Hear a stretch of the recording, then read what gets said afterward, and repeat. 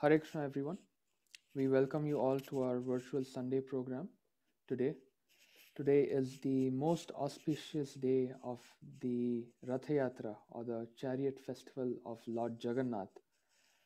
And we have a very special guest with us, His Grace Madhavananda Prabhu, who is speaking to us from Vrindavan. And before we get on with Prabhu's class, I'll just go over our schedule quickly. So we will start off with Madhavananda Prabhu's class, and then we'll have a question and answer session, followed by announcements and then Narsimha prayers. We haven't gotten today's Deity Darshan yet, so this is the Deity Darshan from yesterday from our temple. So all of you can have the darshan, and hopefully if by the end of the program we have today's Deity Darshan, we'll have that on as well. And I will now hand it over to Adigadal Prabhu, by whose grace we have been able to invite His Grace Madhavananda Prabhu for today's session. Hare Krishna Prabhu. Hare Krishna. Thank you very much, dear Sadananda Ramchandra Prabhu, for giving me this opportunity to introduce our esteemed speaker, His Grace Madhavananda Prabhu. I first heard about the glories of His Grace Madhavananda Prabhu from my spiritual master Srila Radhanath Swami Maharaj, where during a Jagannath Puri Kartik Yatra, he said that actually I am not qualified to speak about Lord Jagannath. We should hear about Lord Jagannath from His Holiness Bhakti Purushottam Swami Maharaj and from His Grace Madhavananda Prabhu. And after that, I started following Madhavananda Prabhu very carefully on Facebook and now on YouTube. And also my dear friend Amarendra Prabhu once told me that if I want to make spiritual advancement, I should read Krishna Kathamrit Bindu magazine regularly. So then I started downloading Krishna Kathamrit Bindu magazine from ISKCON Desire Tree and started reading it regularly. And then Hari Parshad Prabhu, I was looking up the subject of Vaishnava Aparadh. I wanted to study Vaishnava Aparadh in more detail. And my dear friend Hari Parshad Prabhu, he gave me a Krishna Kathamrit magazine on Vaishnava Aparadh. And it is one of the most incredible magazines I have ever read. It made it so clear about the dangers and what Vaishnava Aparadh is. And then I found out that Madhavananda Prabhu has come out with many such magazines. There are 2 magazines on Lord Shiva, and there is a magazine on Lord Jagannath. And these magazines are a mine of spiritual gems.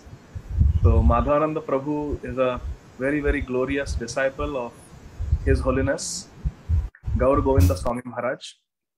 And we all know Gaur Govinda Swami Maharaj very well. He is very, very beloved disciple of Srila Prabhupada, and he came to New Panihati Dham, ISKCON Atlanta, in the year 1922. And our esteemed speaker, His Grace Madhavananda Prabhu, was there on that tour with Sri Srimad Gaur Govinda Maharaj. And the historical lectures that Sri Srimad Gaur Govinda Maharaj delivered at New Panihati Dham, they were later on transcribed and compiled into a beautiful book, which Madhavananda Prabhu is showing all of us. Mathura meets Vrindavan. I actually have a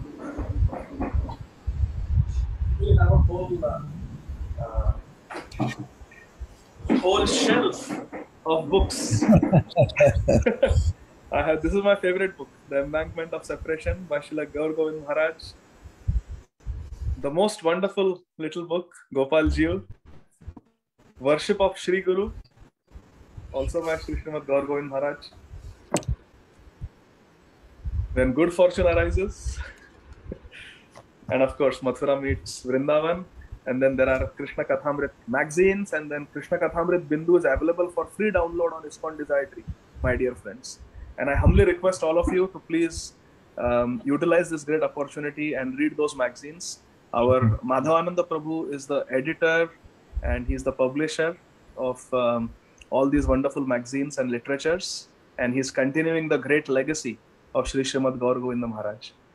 And Madhavananda Prabhu and His Holiness Bhakti Purushottam Swami Maharaj both have a very intimate connection with Sri Srimad Gaur Govind Maharaj. When Srila Bhakti Purushottam Maharaj was here last year, or 2 years ago, in New Panyati Dham, I was asking him, can you please tell me how to make spiritual advancement? And literally, Bhakti Purushottam Swami Maharaj had tears in his eyes. And he said, in my initial years, when I was in Jagannath Puri, when I was in Orissa, Shri Srimad Gaur Govind Maharaj, he helped me so much, he guided me so much, and he is my Shiksha Guru. And in the book Death that Bhakti Purushottam Maharaj wrote, he dedicates the full chapter. He said actually that inspiration to write that book, Death, was Shri Srimad Gaur Govind Maharaj. Because he said his is the most perfect departure.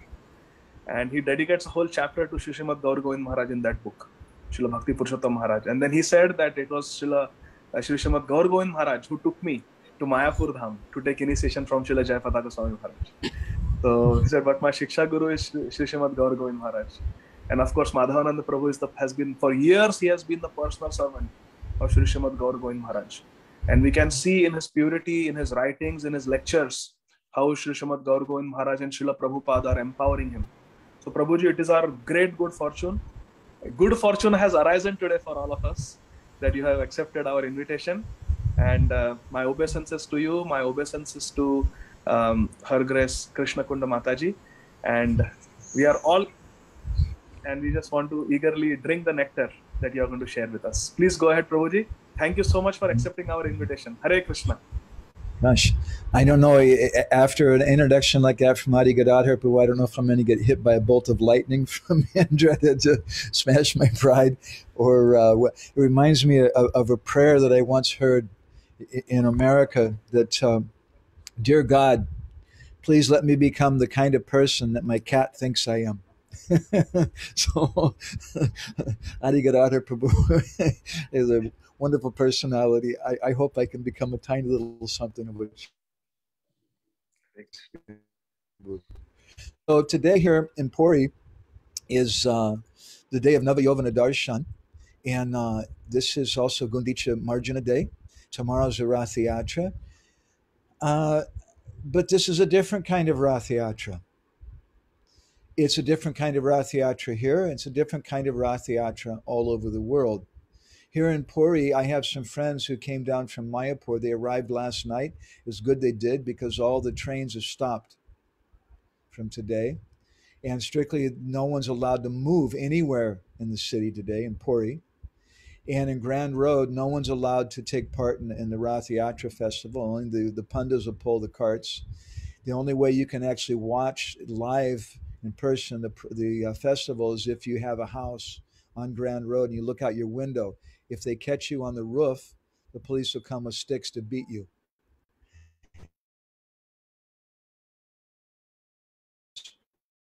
Means that people love Jagannath and Ratha Yatra, and Indian people are very clever. If there's a tiny opportunity, you'll have 500,000 people here very easily. So they have to be very, very strict about it. But what I'd like to speak about tonight is different types of different understandings about Ratha Yatra and how this lockdown is not the first time.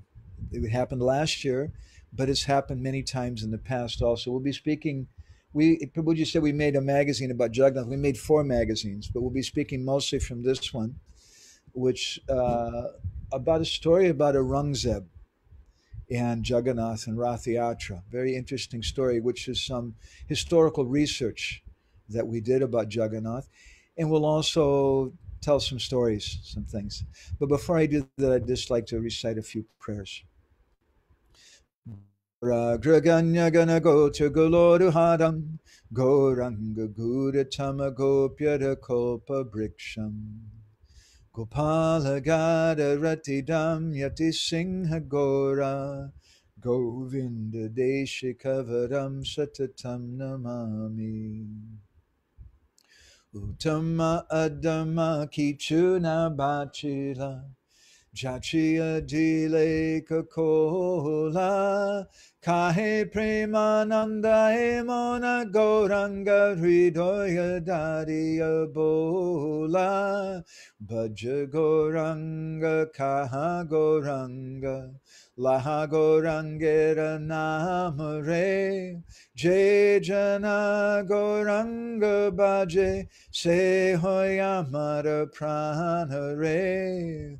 Hare Krishna, Hare Krishna, Krishna Krishna, Hare Hare, Hare Rama, Hare Rama, Rama Rama, Hare Hare, Yashaiva Padambuja Bhakti Labhya, Prema Bidana Padama Pumata, Tasmai Jagan Mangala Mangalaya. Chaitanya Chandraya Namo Namaste. Chaitanya Chandraya Namo Namaste. Chaitanya Chandraya Namo Namaste. Madgavirapi Gopala Sri Kuryat Kripaya Jodi Tadaiva Sambhaya Pidva Rishi Yustat Priya Janaha Shri Krishna Krishna Chaitanya Sasanatana Rupaka Gopala Raghunathapta Brajabala Bapahimam Kadaha Chitkalindi Tatavipina Sangita Karavo Mudabiri Nadivadana Kamalasvadamadupa Rama Shambhu Brahma Madapati Ganesha Chittapado Jagannatha Swami Noyana Patagami Bhavatume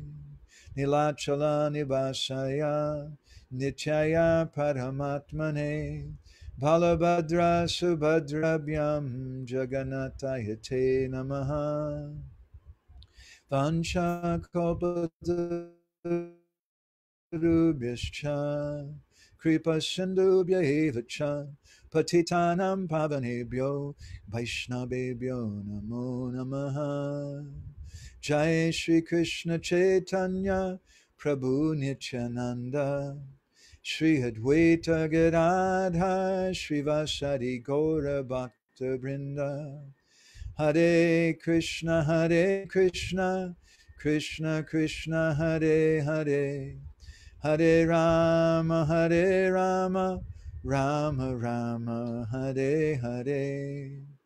So, I want to thank the devotees from Nupanihati for kindly asking us to take part in this program tonight. I was mentioning for those of you who weren't here a few minutes ago that this is a time of Ratha Yatra, and Ratha Yatra is a time when Lord Jagannath comes out of the temple. Sometimes the Pandas here in Puri, I've been here in Orissa for 25 years, they've told me, Madhavananda, you're very unfortunate. And I say, why? And they said, you can't go inside the temple. I only know a few words in Odia. Bideshi Prabesh Nishad. Same in Hindi and in Bengali also. Huh? And I ask him, I say, well, I don't have to go inside the temple, I tell them. Rather, Jagannath comes outside of the temple to see me. And we call that Ratha Yatra. This is the only temple that I am aware of where the Mula Vigraha, the main deities, traditionally comes out of the temple to give his darshan. So the devotees in Nupanihati tonight with Adi Gadadhar Prabhu and others have asked me to say something about the glories of Ratha Yatra. Ratha Yatra means many different things to different people. And that's, in one sense, reality is subjective. Even the absolute truth is subjective. Brahmeti, Paramatmeti, Bhagavaniti Sabdhate. Depending on your perspective, you'll see the Lord in a particular way. In Vrindavan Das Thakur and Chaitanya Bhagavat, he says, Jai Rupa Chinte, Dasi Se Kripa Se Rupa Hoy, that the Lord manifests a form according to the mood of the devotee. So Ratha Yatra is also understood in so many different ways by so many different people. A few years ago, we made a magazine. I'll show you the cover. The Hidden Identity of Lord Jagannath. Look at the cover picture. Does he look very hidden? He doesn't look very hidden. There's some irony in that picture.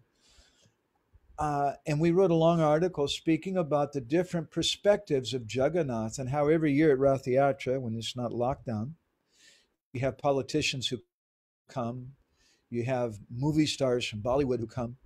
And who is Jagannath to them? He's a cultural symbol. He's someone who may help them to get elected to office. and you have present at the festival, you have Shaivites, you have Shaktas, you have Ganapatnis, you have Christians, you have Muslims, you have the Ramanuja Vaishnavas, Madhva Vaishnavas, Gaudiya Vaishnavas, and they all see Jagannath in a different way. So just as Jagannath is understood in so many different ways, so also Ratha Yatra can be understood in many different ways too. Some years ago, we were traveling and giving some classes. We went to Budapest, Hungary, and the devotees requested me to give a talk at the Ratha Yatra festival. And honestly, that was about the first talk I'd given in public before non-devotees in like 6 or 8 years. I was just used to speaking to devotees. So I'm looking at the people, and I marked that right next to the Ratha Yatra carts, there was a big gambling casino. And a lot of the people who were watching the Ratha Yatra program, they were coming out of the casino, and they had beers and hamburgers and cigarettes in their hands. Some of the men had their arms around girls, and I don't know if those girls were their wives. Anyway, Hare Krishna. There were a lot of different people who were present there, and I'm supposed to say something to them about Ratha Yatra. And I thought, what can I say? So I thought, anyway, I'll just tell them the truth. And I said, this festival celebrates rescuing God from mechanical, organized religion and bringing him to the village of our heart. As soon as I said that, all the people, they picked up and they became very interested. And we spoke something in those lines because that's Ratha Yatra, right? Rescuing God from mechanical, organized religion and bringing him to the village of our heart. So just as we're locked up, at least here in Jagannath Puri, I don't know what things are like in Atlanta now. I know in America, different places, it's Adigadar says a little bit of both. Still, many people, they're feeling very fed up. Many people are agitated and annoyed. I find India to be a little different. The first time I came to India was in 1993. We went to Jammu in Kashmir, and we were on a bus in the mountains, and I'd fallen asleep. It was nighttime, and all of a sudden there was a big jolt, and the bus stopped. And everybody on the bus was quiet. And then after a minute, everybody on the bus just started getting off. And nobody said anything. I also got up and got off. And I found, to my horror, that the bus driver had fallen asleep or something. And we come to a bridge, and he ran off. Just right next to us, this is in the mountains in Himalayas, there's, I don't know, probably a 200-meter drop-off or something. And one of the wheels of the bus had gone over the cliff and stopped right there. And it's one thing I really marked about India. That was my first visit to India. And I was really struck that all the people got off the bus and everybody was perfectly calm and everybody just accepted it. And we just stood there in the dark on the side of the road until the next bus came and everybody got on. If it would have been in America, they have a new title for people in America. They call them Karen, right? You would have so many Karens screaming and shouting and calling the lawyers to make to make a suit against the bus driver or something, the company. People would be screaming and crying in terror. But in India, they have a saying here in Orissa, Jagannath Anka Icha, which means whatever Jagannath desires, Bhagavan Anka Icha, whatever the Lord desires, they accept. My Guru Maharaj once told us that when there's a situation that you can't control, then you should accept that as the Lord's arrangement.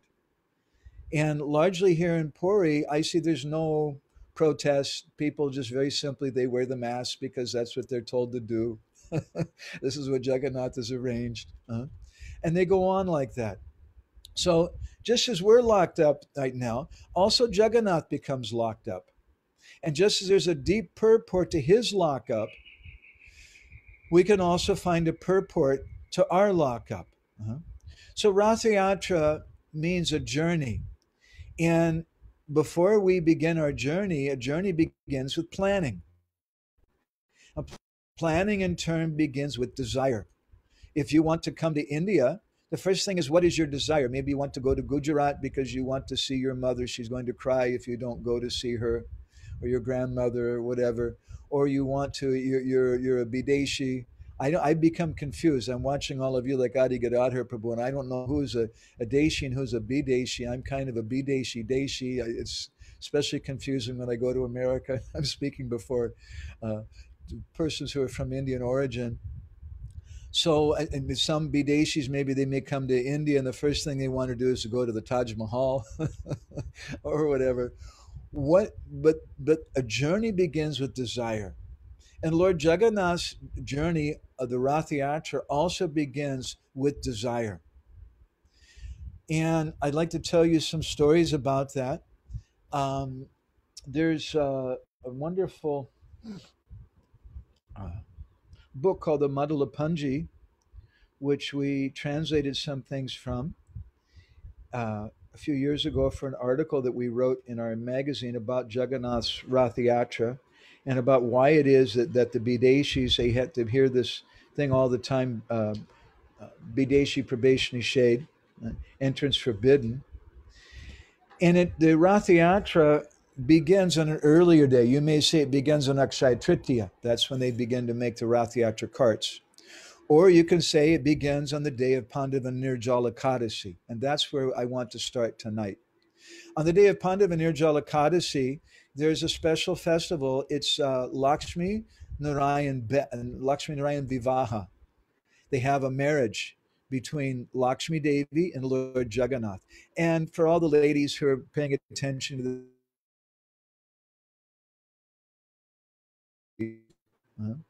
they have a ceremony that goes on. And part of the ceremony, they take the cloth, the uttariya of Lakshmi Devi, and they tie it together with the cloth of Lord Jagannath. And they're married, right? They tied the knot. So then 4 days after that marriage ceremony, there's another festival, which is Snan Purnima, Snan Yatra. And that's actually Lord Jagannath's birthday. Lord Jagannath has several birthdays. One of them is Janmashtami, but another day is Snan Purnima. And I won't get into so much into that. That's a long discussion. Maybe you've read our Guru Maharaj's discussion, Three Logs of Wood.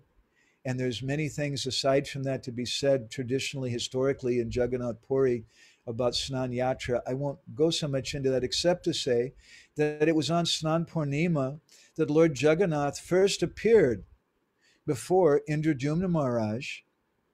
And Jagannath first appeared in the form of Lord Nrsingadev, which is one reason why the Pandits, they say that in the previous yuga, the mantra they used to worship Lord Jagannath was Ugram Viram Mahavishnum Jalantam Sarvato Mukam Nishingham Vishanam Bhadram Mityu Mityam Namamyaham, which is still the mantra they use today to worship Sudarshan with, interestingly. And then Jagannath, Baladev, Subhadra manifested their forms, and it was in the Gundicha Mandir that Vishvakarma came and carved those deities, and that's why that place is considered to be Sundarachal, or like Vrindavan. And that's where Lord Jagannath appeared. So it's his birthday. And on his birthday, they have a big festival, and he comes out on top of the roof of the temple. This year, they also blocked off all the streets and everything, and we couldn't go. And Lord Jagannath has a public bath. There's a well called the Sunakua, the gold well, which they say is only used once a year for Lord Jagannath's Snan Yatra. And that well, they say, is covered with gold, and it's locked up in a certain place. And the Pandas, they come and they pour over 100 pots of water on the head of Lord Jagannath. Now, if you had someone were to pour 100 pots of water on you outside with a nice ocean breeze coming, you might get a bit of a headache. So Lord Jagannath, he becomes sick. My Guru Maharaj once commented that Jagannath doesn't become sick. Jagannath is Navayovana. And this is the day known as Navayovana Darshan. We'll come to explain that in a moment, what that is.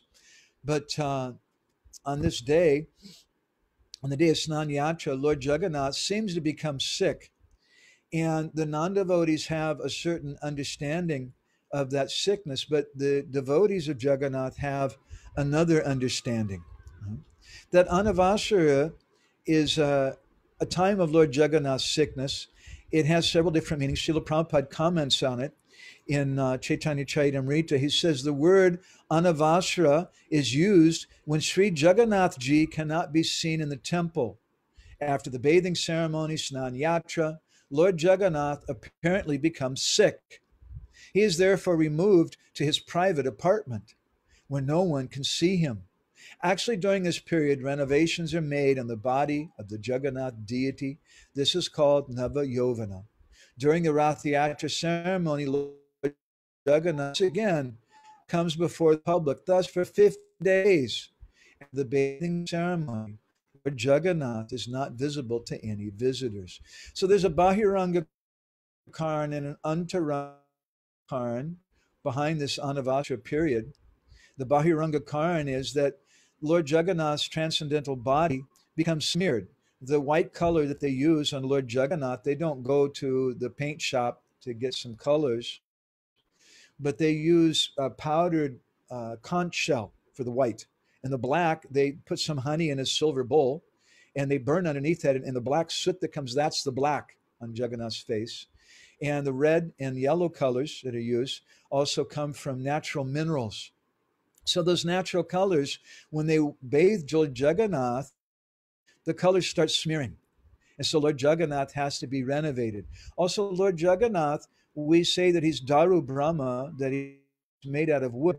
But actually, Lord Jagannath has 7 layers to his body, just as there's 7 different layers to a human body. And that's another topic which would take us a long time to discuss. I have a lot of things we'd like to speak about tonight, so I'm running a little bit. And as we're running past different roads on the way, I'm just kind of pointing the road to where without going down that road. Just as an motive interest, you may see it's a little dull colored now. It's a red cloth. This rope is a silk rope. It's actually an incarnation of Lord Balaram. It was given to me by one of the Mahants in Puri. And this is what they use to tie Lord Jagannath to the Ratha Yatra cart with. And it's mentioned in Chaitanya Charitamrita. This is an incarnation of Lord Balaram. But this cloth right here was given to me by one of my Panda friends who has a service every year, which just finished a day or two ago, of renovating Lord Jagannath's body. And this cloth is actually one of the layers of Lord Jagannath's body. It's part of Jagannath's body. So, and this cloth here is from Tota Gopinath, another one of the Pandits gave this to me. So Lord Jagannath, he seems to become sick, and that period is called Anabhasra. It's also called Nibritta, and the word Nibritta means in a solitary place. And the Chaitanya Charitamrita describes that Tanhara Samati Lana Bhakti Shukadite Rati Chari Bahira Hoila Bihara Korite. That Lord Jagannath Bahira Hoila Bihara Korite.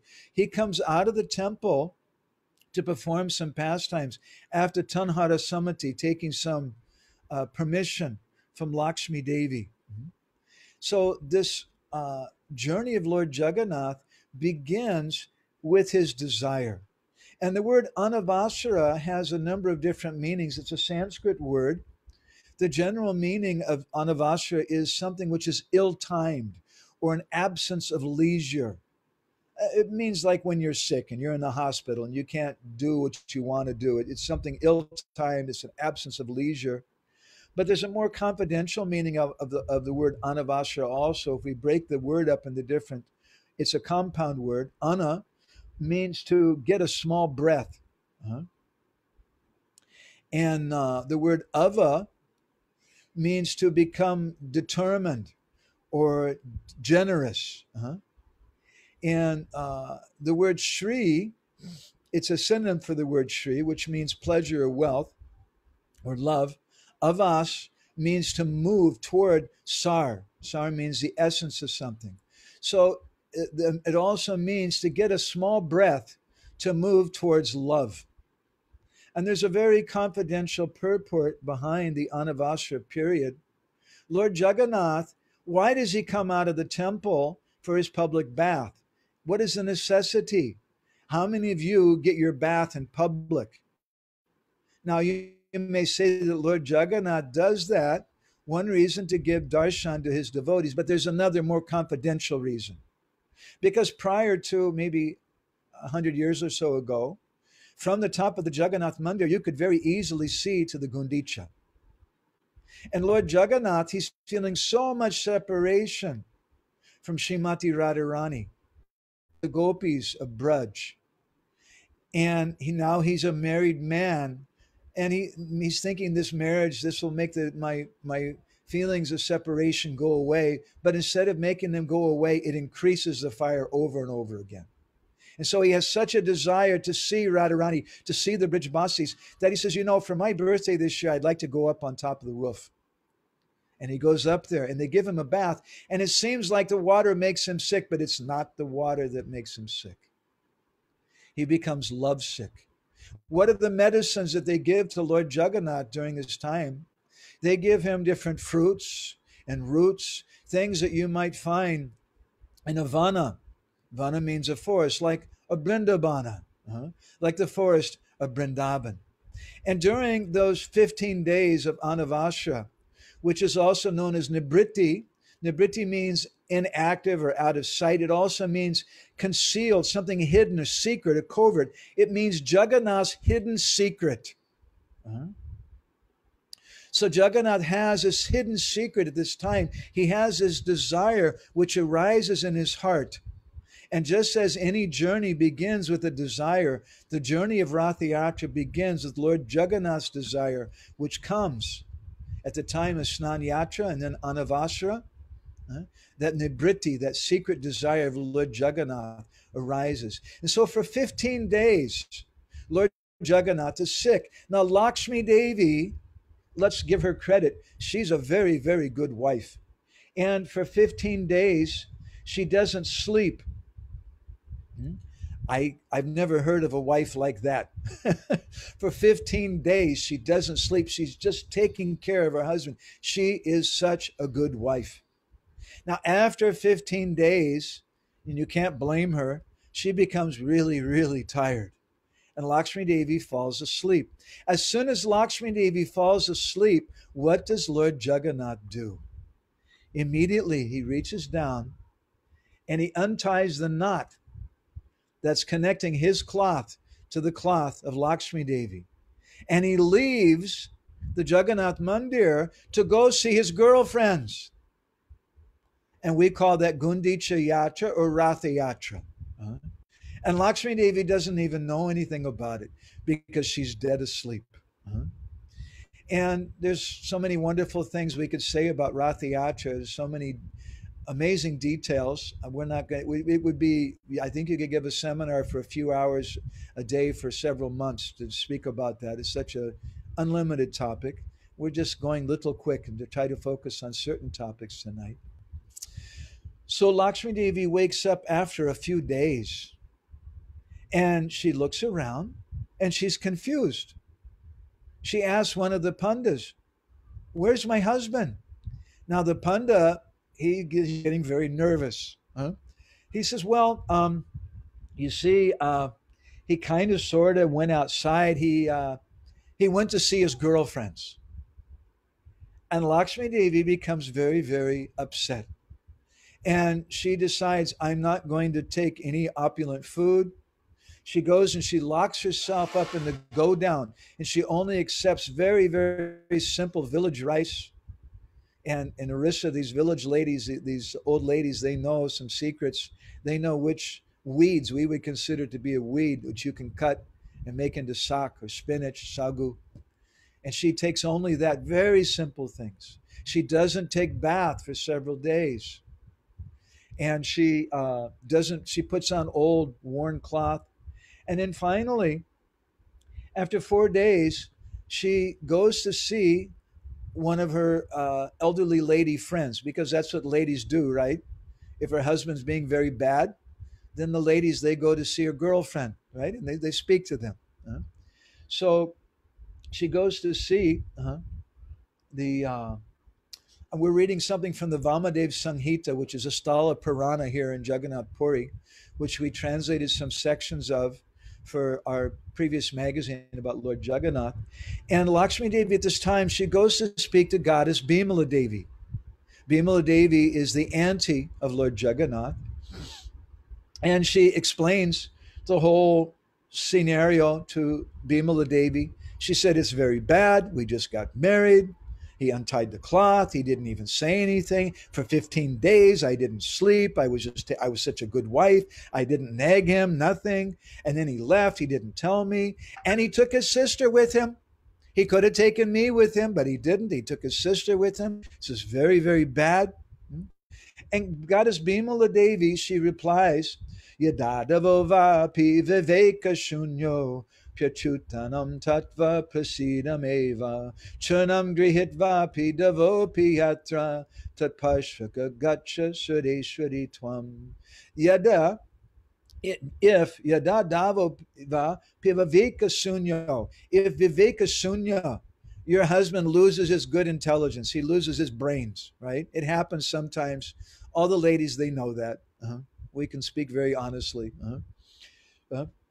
Then what should you do? Then at that time, you should take shelter of some magic. And Goddess Bimala Devi, she gives her some special churna, some special powder.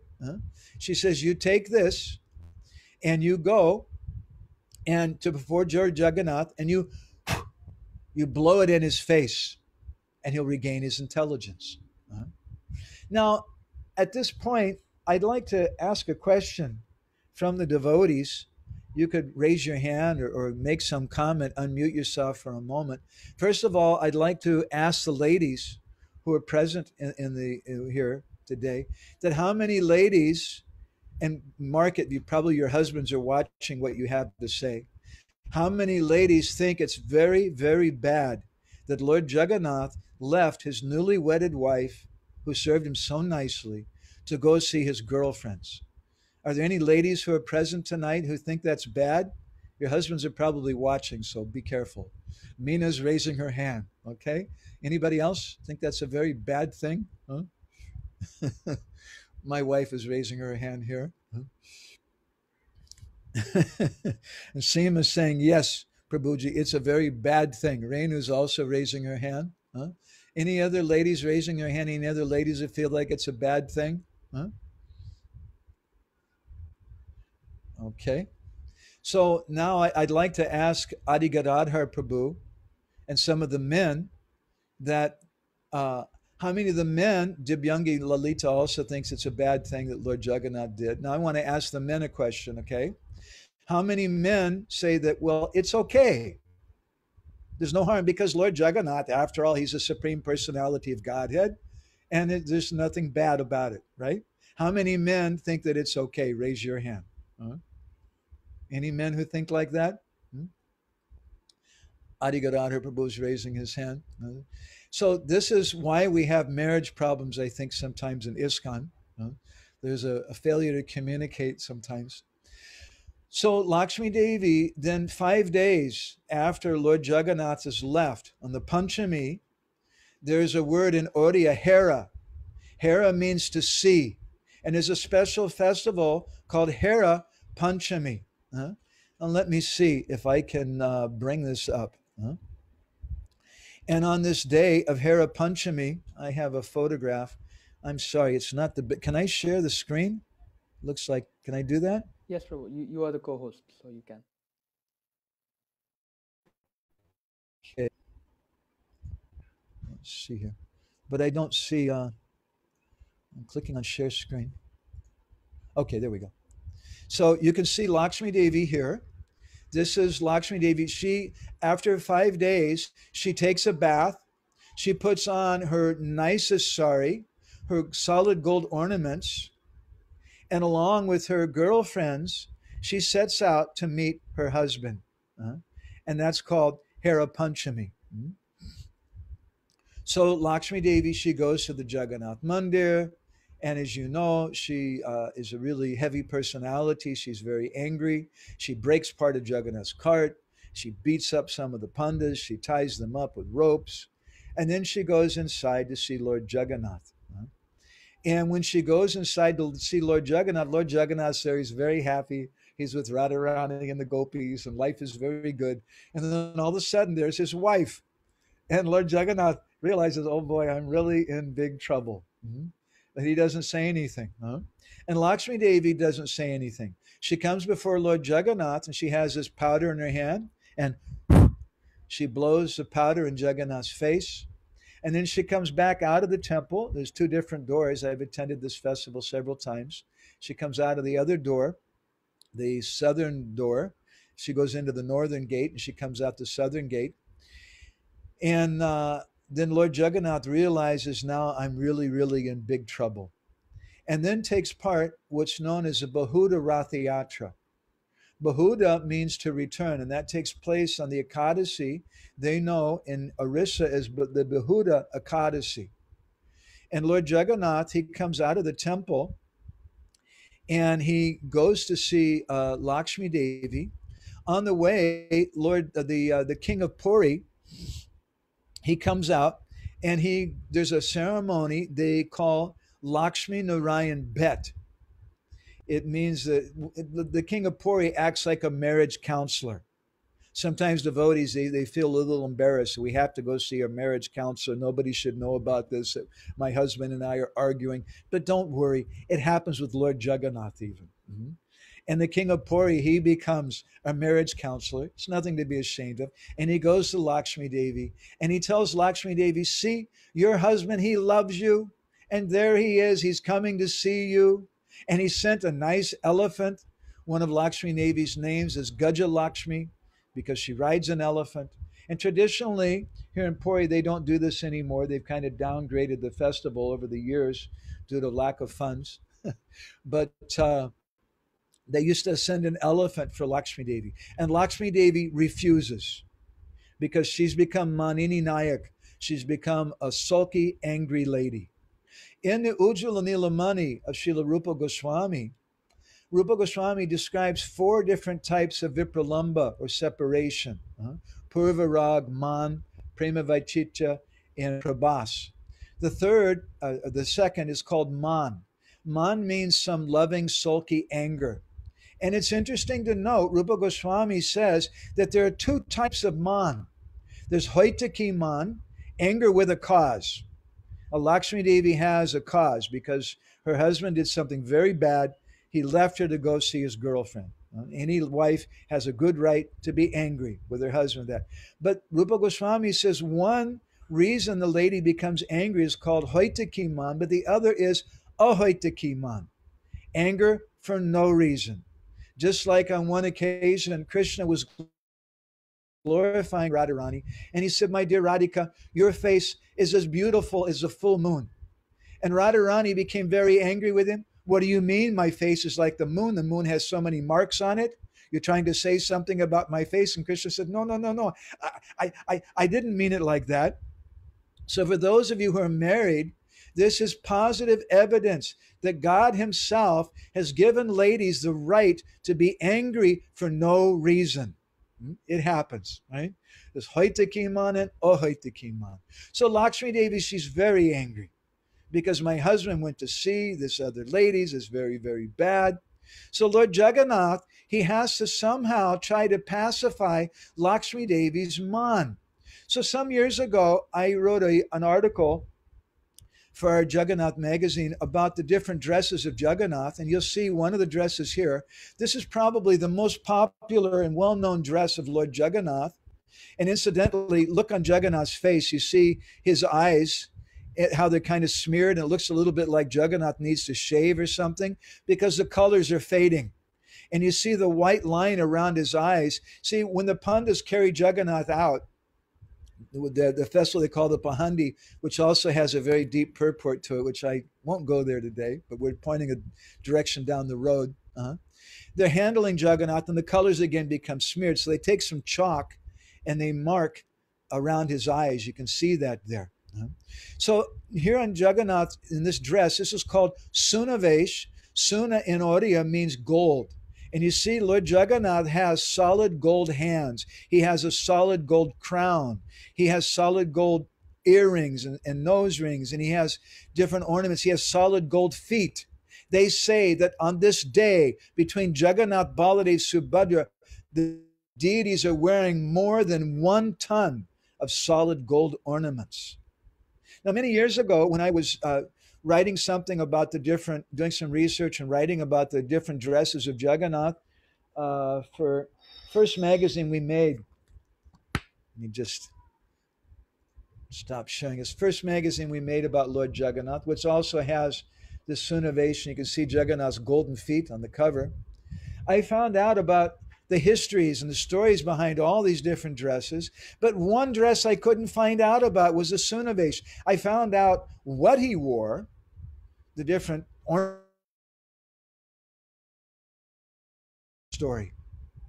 So after we made the magazine, someone invited us to meet Gajapati Dibya Singh Dev, the king of Puri. And we went to see him, and I gave him a magazine, and I had some inspiration. I said, Maharaj, you're the world's foremost authority in Lord Jagannath. What is the history behind the Sunavesh? And Gajapati Maharaj looked at me for a moment. He's such a gentle, nice Vaishnav. And he said, well, to tell you the truth, I don't know. He said, but you can go to such and such Panda. He sent me to the Raj Guru, the Panda who traditionally is their family, the gurus for the kings of Puri. You ask him. And we did, and that's another long story about the Sunavesh, which we don't have time to tell you tonight. But there's another reason why Lord Jagannath is wearing that dress. Because you see, he's come back from the village of Vrindavan, from seeing his girlfriends. And he's come back to who? To the goddess of fortune. And he's come back to her temple, by the way. It's not called the Jagannath Mandir. It's called the Sri Mandir here in Puri. He's come back to the Sri Mandir. And when he comes back, Lakshmi Devi, she's very, very angry with him. So at that time, Lord Jagannath has to try to pacify Lakshmi Devi. So what does he do? How do you pacify the goddess of fortune? You have to show that I've given up all that simple village stuff and I'm your man. And I'm dressed up really, really opulently. Right? And so he dresses in this Sunavesh to show that, no, Lakshmi Devi, I really relate to you. Now on the next day, after that Bahuda Ekadasi, when Lord Jagannath wears that Sunavesh, and sometimes here in Puri, there's more yatris, more pilgrims who come to have darshan of the Sunavesh than there is during Ratha Yatra. But the Gaudiya Vaishnavas generally don't appreciate that Sunavesh time. That's another thing. So Jagannath, Baladev, Subhadra, then they go back inside the temple. There's another Pahandi. And Balaram goes, and then Subhadra goes, and they're banging the gongs and blowing the horns and saying, Sri Jagannath Swami Ki Jai. And Balaram and Subhadra and Sudarshan all go inside the temple. And then Lord Jagannath starts to go in, and they're banging the gongs and blowing the horns and Sri Jagannath Swami Ki Jai. And the gate is slammed shut in front of Lord Jagannath. And when Lord Jagannath goes there, there's a lady's voice that comes from the other side of the door. And you know what the voice says? Prabesh Nishad. Entrance forbidden. I don't feel so bad that I can't go inside the Jagannath Mandir. I have good company. Lord Jagannath also gets locked out. And sometimes I tell the Pandas, I say, you're a Panda, you know so much. You please tell me, who does Jagannath give more mercy to? Krishna give more mercy to? The Brij Basis or the Dwarka Basis? And the Pandits say, everybody knows the Brij Basis. And I tell them it's a lie. How can you say that? He left them. He made them cry. But the Dwarka Basis were able to see him every day. But actually, you're correct. He gave more mercy to the Bridge Basis because he made them cry in separation. He made them cry, Jagannatha Swami, Nayana Patagami, Bhavatume. Oh, my dear Lord, may I see you again. So I tell them I don't feel bad. This is the mood in Jagannath Puri. So Lord Jagannath, he sends then a bard. There's a singer who goes and he sings a really romantic song and singing a love song to Lord Jagat, the Lakshmi Devi, that your husband loves you so much and he's come to see you again. And just see that when that doesn't work, he brought you a brand new sari and some nice earrings and this and that. And the voice comes from the other side of the door. Go away. And this goes on for some time until finally the outer door is open. And then with the gongs banging and drums beating and bugles blowing and people shouting, Sri Jagannath Swami Ki Jai, Lord Jagannath goes inside the temple and up to 22 steps to the next door, which he finds locked. Lakshmi Devi is very angry. And then there's a message. Lord Jagannath's messenger comes there and speaks to her. And he says that Jagannath feels so bad. He really loves you. Please forgive him. And Lakshmi Devi then, she tells her maidservants, you give him the following message, which is found in the Vamadev Sanhita. Atastali smakam api devi chandi stita vibo asmin stali pitvat sokyam deva nasti priyanahi. You tell him that his sweet, loving wife is no longer here. And for those of you who know something about Vedic culture, you may appreciate what she told him then. She said, he's not going to find his sweet, loving wife here. The only person he's going to find is Goddess Chandi. Now, for those of you who come from a Hindu background, you know something about Goddess Chandi. She's an angry, very angry form of Goddess Durga. And if you see a deity form of Goddess Chandi, you can recognize her. She has a number of hands. In one hand, she has a big chopper, like a big sword. And in her other hand, she has a man's head that she cut off. So she's really an angry person. So Lakshmi Devi is telling, you tell Jagannath that he's not going to find his sweet, loving wife here. All that he's going to find is Goddess Chandi. There's no happiness for him here. So he should go away. And then she goes on to say, Chandanadi sugandam yad bhakshabo jadi kam shayat idam virharani stanam tatstanam gachtahevibo. I know my husband. He likes nice sandalwood paste. He likes nice oil. He likes nice cloth and soft beds and everything nice. You tell him he's not going to find these things here. Tell him he should go back to his girlfriends. They must be feeling great separation from him. Lakshmi Devi is very, very angry. At that time, there's another ceremony. And Lord Jagannath, they make huge pots of rasgullas. And they offer those rasgullas to Lakshmi Devi. And they say, please don't be angry. Lord Jagannath loves you. And finally, Lakshmi Devi says, okay. And then Lord Jagannath is allowed back inside of the temple. And that there's another ceremony, which is also considered, in a way, another appearance day of Lord Jagannath. That's known as Niladri Vijay. Because on that day, that's the day that Lord Jagannath was originally installed in the Jagannath Mandir. Snan Purnima is the day that Jagannath appeared at Gundicha. And Niladri Vijay, the day that Jagannath enters back in the temple after Ratha Yatra, is the day that he was installed in the temple. And so there's a big festival. It's very romantic. Lakshmi and Jagannath are again reunited, but it's not over yet. They put Jagannath back on the altar and they put Lakshmi Devi next to him. And then they have a special ceremony, the final ceremony. They take part of Lakshmi Devi's cloth and Jagannath's cloth and they tie a knot in the two. And Jagannath has come back to Lakshmi Devi. So this is Ratha Yatra. And there's so many things we could speak about this and some of the internal reasons of Bahuda Ratha Yatra. I won't go in that direction today because our time is very less. But I'd like to just tell you a little history, a little very known history about Lord Jagannath. For those of you who are from India originally, you know a lot probably about Aurangzeb and how Aurangzeb slaughtered, he murdered ruthlessly millions of Hindus in India. He broke many, many temples. He did so many terrible things. I won't go in that direction and speak about it. I find it very interesting, by the way, if you read in the writings of the six Goswamis, it was one of the worst times of persecution practically in the history of the world with the Muslims, and they were murdering and torturing brutally different Vaishnavas, and they broke the Govindaji Mandir, they broke the Janmastan in Mathura. So I went to part of that original Janmastan that was in Mathura. Now it's part of a mosque in, I can't say the name of the country. It was one Arabic country we go to preach sometimes, and some devotees, they took us there. They carried thousands of miles some of the original stones from that temple to this Islamic country. So Aurangzeb was a very, very demoniac person. He did so many very terrible things. And later he sent soldiers to come to Orissa.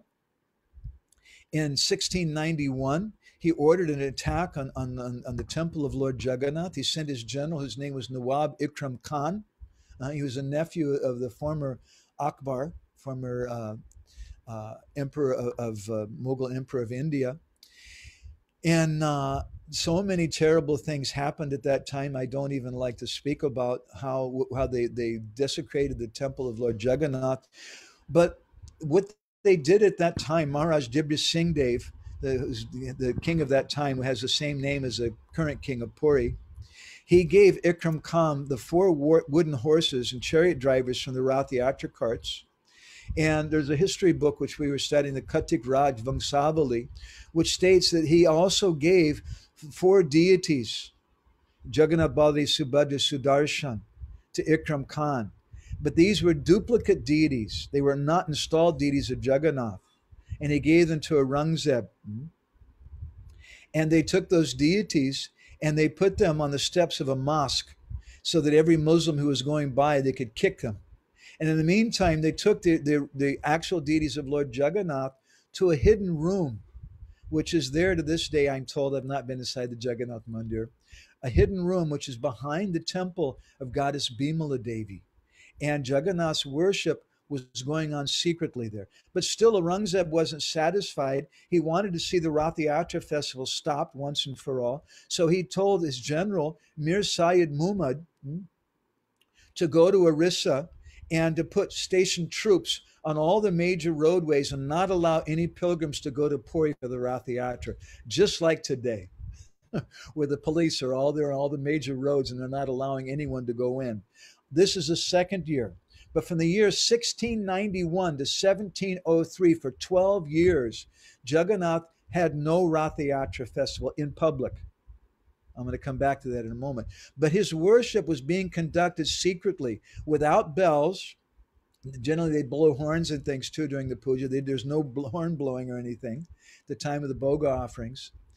And there was a small entrance on the southern side of the temple, the boundary wall, and there was a tunnel at night they would go through, the pandas, to make offerings to the deities. And they did all the festivals, including even the Chandan Yatra festival, the Rukmini Harana festival, the Snan Yatra festival, and even the Ratha Yatra festival. They would enact that in that secret area without anybody being able to see it. But for those 12 years, the pilgrims weren't able to see the Jagannath Ratha Yatra. My Guru Maharaj used to say that Jagannath Puri is Gupta Vrindavan, it's hidden Vrindavan, but it's a chamber of Vrindavan. It's known as Vipralamba Kshetra, or Chaitra, depending on what part of India you're from, the place of separation. So during this time, it became Dvigunita Vipralamba Kshetra, the place of twice as much separation. Because barred by that army, the pilgrims, they stopped coming. And then there was no money coming from the pilgrims. All the prices of everything shot up in Puri, which is what's happening here today also. To buy sabji, to buy vegetables, I think it's the prices are like twice what they were 2 years ago because there's no yatris coming now hardly. Everything's locked down. Somehow they allowed. I'm a Bideshi. I'm not sure if I'm a Deshi or a Bideshi, but anyway, we're living here in our house. We're living near Gopinath Pur.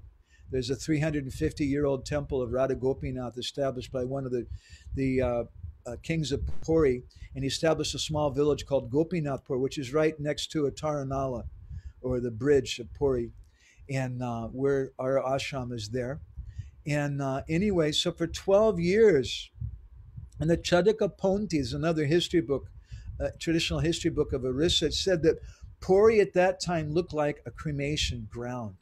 After 12 years of great spiritual and economic depression, and we can look forward to this also. There's a lot of people saying today that this pandemic is also just going to be the lead to worldwide economic depression. In Puri, there was a devotee of Lord Nrsingadev and Jagannath. His name was Ram Dayita Goswami. He's also known as Dinanath. He was a local Mahant. So this is in the year 1703. He decided this has to stop. And so he walked to Delhi, to get permission to put on the Ratha Yatra festival again. Just before he arrived at the palace of Aurangzeb, the night before, Aurangzeb had a dream and he saw Koda. Did you ever hear this song, Koda Nitai, and wonder what does Koda mean? It's a very wonderful song. Koda means God, but Koda is an Islamic word for God. So Bhaktivinoda Thakur is expressing his feelings in a very, very humble way. You're my God. You're the God even of the Muslims. I'm such a bad person. Koda Nitai. He had a dream. Aurangzeb had a dream, and he saw Koda, but he saw Koda manifested as Jagannath. And Jagannath ordered him in the dream, hey, Badmash, rascal, what are you doing? You allow this Ratha Yatra festival to go on. And the next morning, Aurangzeb woke up, and he was thinking about his dream. Let me see here if I can bring up a picture here.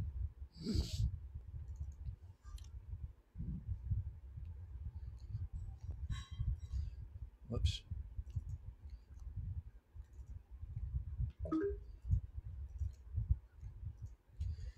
Okay, let's see here. 1 second. This is a very old picture of Aurangzeb there with his sword. Aurangzeb, that next morning, he woke up after that amazing dream of seeing Koda, his god, come before him in the form of Lord Jagannath and telling him, hey, Badmash, I want my Ratha Yatra festival to go on again.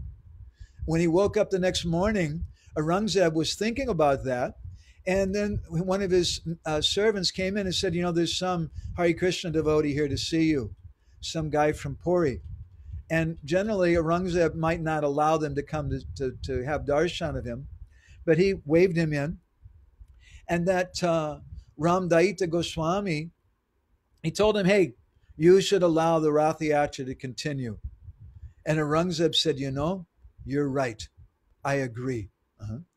And then Aurangzeb, not only that, we found out something very, very interesting, which to my knowledge is the first time historically anyone found out about this. We found out that Aurangzeb, he felt so bad that he'd done this thing. So he decided he would donate some property to Lord Jagannath. And there's a place called Markandapur, Tarhasali, which is where present-day Kurda Road Junction, a railway station, is at. And Aurangzeb donated some property there to Lord Jagannath. Now, it's easy to say that, right? But we want to see some evidence. So I sent a local devotee because they wouldn't allow me inside, right? Bideshi Prabeshni Shade. They wouldn't allow me inside of the Jagannath, the Orissa State Archives. I sent one of our local friends there, and he found this document written in Farsi and signed by Aurangzeb, donating property to Lord Jagannath. Now, if you can read Farsi, maybe you can read that. You can see his seal on it and things. This is proof that Aurangzeb served Lord Jagannath. Very amazing thing. So we should think about this at this point. We don't want to become like the Karens who just complain, oh, Jagannath, why are you doing like this? This is not good. Rather, in the Jagannath Ashtakam, it said, Aho dine nate nahita chadano nishchita midam Jagannatha Swami noyana patagami bhavatu me. When that devotee begins to cry in the heart, oh Jagannath, I want to see you. Srila Bhaktisiddhanta Saraswati once criticized. He says that this is not our prayer. Some people, they're praying, Jagannatha Swami Nayana Patagami Bhavatu Me. But it doesn't mean that it's not our prayer. It means that it's that prayer he's speaking about is the prayer of many materialistic people who want to see Lord Jagannath for their own pleasure. We don't want to see Jagannath for that. The gopis of Vrindavan, they could have walked to Mathura. Radhanath Maharaj, every year for many years before he became the famous worldwide Acharya in ISKCON, when he would go to Vrindavan, he would go by train to Mathura and he would walk from Mathura to Vrindavan. It's not that far. So why don't the gopis just walk to Mathura if they really want to see Krishna? Their desire is not just to see Krishna. Their desire is to serve Krishna. Well, okay, they can serve him in Mathura. No. The udipanas, the ingredients for ecstasy, for ecstatic service, which are there in Vrindavan, like Vamsivat, like the Jamuna, like Govardhan, are not present in Mathura. And the gopis, therefore, they want him in Vrindavan. And therefore, there's a Ratha Yatra festival. And they meet with Krishna in Kurukshetra. And they say, Ahushchate Nalina Naba Padara Vinda. It would take me a long time to discuss that verse. Only verse, Shukadeva Goswami says, that the gopis speak to Krishna at Kurukshetra. And this verse is spoken by Chaitanya Mahaprabhu, and our Goswamis have described it has a number of different meanings. One meaning is the gopis are saying, oh, you're God. You're the Supreme Personality of God. Please accept our prayers. Who are we? We're just fallen household ladies. We can't understand you. But the inner meaning is, oh, now you've become a big man. Now you've gone to Dwarka and everybody's worshiping you. They say you're God. Do you still remember Vrindavan? Do you still remember your mother, Yashoda? Do you still remember the gopis of Vrindavan? Do you still remember Vamsivat? Do you remember Govardhan Hill and the Jamuna River? Do you remember Shrimati Radharani? This is the mood of Ratha Yatra, where the gopis, the Brijbasis, are going to Kurukshetra and they're rescuing God, that personality who's just actually their homeboy, their beloved Krishna. They're rescuing him from mechanical, organized religion and bringing him to the village of their heart. And we call that Ratha Yatra. But that Ratha Yatra begins with this Anavasra period, this Nibrita, this seclusion in a solitary place when Lord Jagannath is locked up. It begins with a desire. So also we can see in our part that we may complain, we may say this is not fair and I want to go and protest why these people, they're not allowing us to go to the temple as much as we want, or they're not allowing us to do this or that, or we have to wear a mask. But you know, if you can't fight against something, maybe it's Krishna's arrangement. And if it's Krishna's arrangement, then maybe he's trying to evoke something in our heart. And therefore in Jagannath Ashtakam says, Aho dine nate nahita charano nishchita midam. That when someone feels himself very, very low and fallen, and they cry, Jagannatha Swami, Nayana Patagami, Bhavatu Me. Oh Jagannath, I want to see you, I want to serve you. I can't come together with the devotees now. We can't go to Nupanihati so easily now. Now there's only darshan online and it's not the same. We want to see you. When the devotees cry and cry in that way, that crying becomes a wonderful treasure that they've gotten. It looks like a kind of abuse, but that abuse is actually a very wonderful gift that Krishna gives us. And we see this in this place known as Vipralamba Ketra, Jagannath Puri Dham, the place of separation. So I'm sorry I've spoken so long. I hope that Adi Gadadhar Prabhu is not angry with me and gotten in big trouble or something with everybody. But I'd just like to ask Adi Gadadhar Prabhu, do we have time? If the devotees have any reflections? I'm following Vaisheshika Prabhu, who's one of my wonderful dear friends, and he always asks for reflections at the end of a katha, you may know. Such a nice thing. And it helps me to understand that not everybody was falling asleep because you're not even showing your screens. And I saw that only 2 or 3 of the ladies were even worried about their husbands leaving them. It's very concerning, very dangerous thing. So I'd like to see as many faces as I can. And if anybody has any reflections or something, I would appreciate it. Or maybe questions, but I like reflections. Anybody has? Dear Madhavananda Prabhu, thank you so much for such a enlivening, mesmerizing class. We didn't even realize how 1 hour passed, and we just want you to continue speaking. So yes, Prabhu, we have lots of time, but I know your Vaidya has asked you to take rest on time. So how much ever time you can spare for us, we are very grateful. So dear devotees, if there are any reflections, please go ahead. You can unmute yourself or raise. Tushar Prabhu, go ahead, please. Hare Krishna, Madhavananda Prabhu, thank you so much for the wonderful class. One reflection I wanted to... Can I see who's speaking? Yes, Prabhu, 1 second. Can you see me, Prabhu? Hare Krishna? Yeah, thank you, Prabhuji. Hare Krishna, Prabhu. One reflection I'd like to share is how, one thing I was thinking about is in Krishna in the Bhagavad Gita says, Matra Sparshastu Kaunteya, Sitoshna Sukha Dukkada. So based on your talk, I realized not even material life, but even in spiritual life, we have to tolerate all the different things that Krishna has to push us through. So I think that also is valid for spiritual life. So thank you so much, especially in the Vipalamba Bhav. So very good. Yes. We see in the pastimes of Sita and Ram, Prabhupada comments in one place that even if you're the Supreme Personality of Godhead, when you get married, it means you're going to have to cry. Right? Every husband has to cry at one point or another. Not just we always hear about the ladies crying, but the husbands also have to cry sometimes too. Thank you very much, Prabhuji. That's very good. Anybody else with some reflection? Yes, Amarendra Prabhu, please go ahead. Amarendra Prabhu, that's you. Oh my gosh. Hare Krishna. You're like part of Nupani Hati Dham, I think, huh? Yes, he's our very own boy. Yeah. You're the homeboy there. So, Prabhuji, I really, really want to express gratitude. I was hearing, okay, I think there's somebody's not muted. Yeah, I think there's some Man Leela going on somewhere.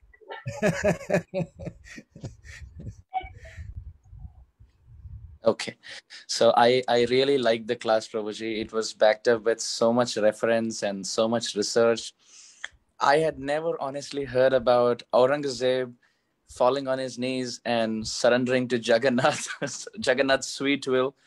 Although it was a pain to my heart to know that how Jagannath, Baldev, Subhadra, even if it's an imitation form, were given to Aurangzeb for a bad purpose, and Rath Yatra stopped for such a long time. It was very painful. My question is, Prabhuji, we hear about the man of Lakshmi Devi. So my question is, do the Acharyas write something about the difference between the man of Lakshmi Devi and the man of Srimati Radhika in Vrindavan? I haven't seen anything about that. The Vamadev Sanghita says the things that I expressed. We quoted those verses, which definitely makes her like a left-wing personality. Mm-hmm. She's not very submissive. She's very, very angry. And that's a very interesting thing. Perhaps a secret to that could be found in the very name of this Dham, which is Sri Kshetra, in which my Guru Maharaj commented that Sri means Sarva Angsini Radhika. That Srimati Radharani, who's the source of all the different Lakshmis. And this is the place of Srimati Radharani. And without getting into it extensively, it's a very big topic. We wrote an article about Jagannath and Radharani. Very interesting subject. Krishna Chaitanya Maharaj, he told me, he said, nobody's even asked this question before, much less given evidences and things about it.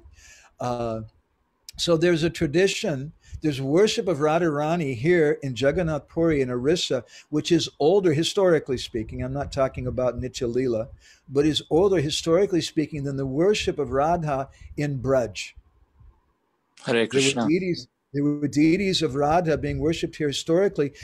And in fact, the very first deities of Radha who worship at Govindaji and Madan Mohan were sent from Orissa by Maharaj Purushottam Jana, the son of Maharaj Prataparudra. And that's discussed in the Bhakti Ratnakar. And if you look in the literature and the tradition, for example, here in Orissa, Radhastami is a government festival.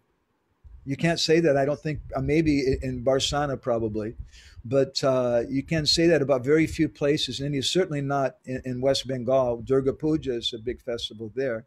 But here in Orissa, there's a traditional worship of Radha, and it also is expressed in the literatures.